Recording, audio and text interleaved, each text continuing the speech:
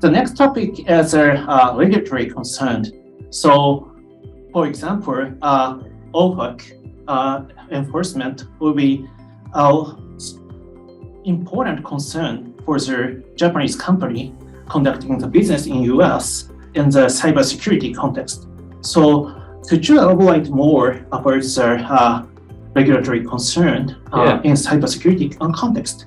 Yeah, I'll start. So you mentioned OFAC in particular. So there is you in the United States cannot pay entities that are either designated persons on a sanction list or they're in embargoed countries. So the difficulty with ransomware that Stephen was talking about is your entire business might be shut down because all of your servers are encrypted, and if you're a manufacturer, you can't create new widgets. If you're a healthcare organization, you can't treat patients. And so you're kind of at a point where I need to pay the threat actor, or I want to pay the threat actor to get these decryption keys and get my business running again. Well, this new OFAC advisory, which came out in October of 2021, was talking about how, hey, you cannot pay these embargoed countries or designated persons on a sanctions list.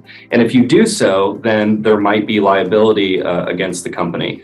And so this OFAC advisory opinion has caused a wrench into companies that want to make payment that are affiliated with the United States, because if I want to pay the threat actor, I now need to jump through additional compliance hurdles to make sure I'm not paying someone on that sanction list. And the problem that we have with ransomware threat actors in particular is they come and go very, very quickly. It's very hard to get attribution on who the actual individual is or what geography they're from. And when you might get close, let's say for Lockbit, then they may no longer operate under that name and start operating under the name Hive or Quantum Locker or what have you. And so because these are distributed groups and very, very hard to get real person or geography attribution, it's hard to do true OFAC analysis. And that could create problems for Japanese entities, especially if they have some nexus to the United States.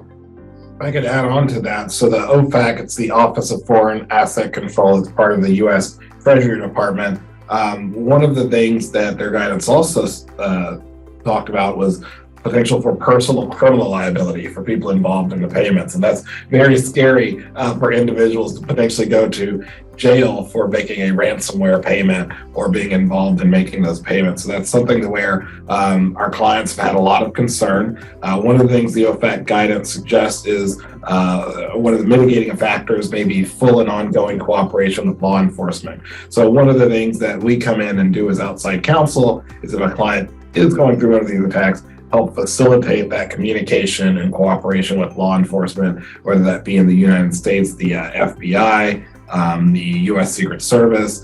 Sometimes it's, they may count as law enforcement. I think the Department of Homeland Security or other entities. Cy may be more familiar with some of the others as well at local levels. But that's one of the major concerns our clients have, is this OFAC regulatory environment.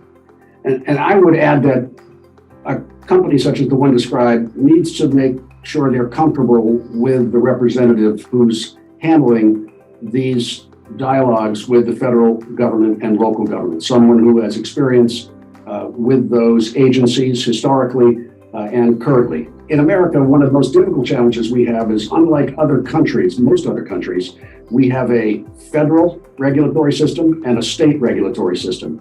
And the state regulatory system is made up of a patchwork of laws that relate to reporting and data reporting, which vary from state to state, totaling 50 states. So I think a corporation looking at choosing or trying to figure out how to respond to risk in America has to understand it is a multi-layered, a multi-state responsibility, and that needs to be considered as you look at your potential risk of cyber risk in America and cyber resiliency.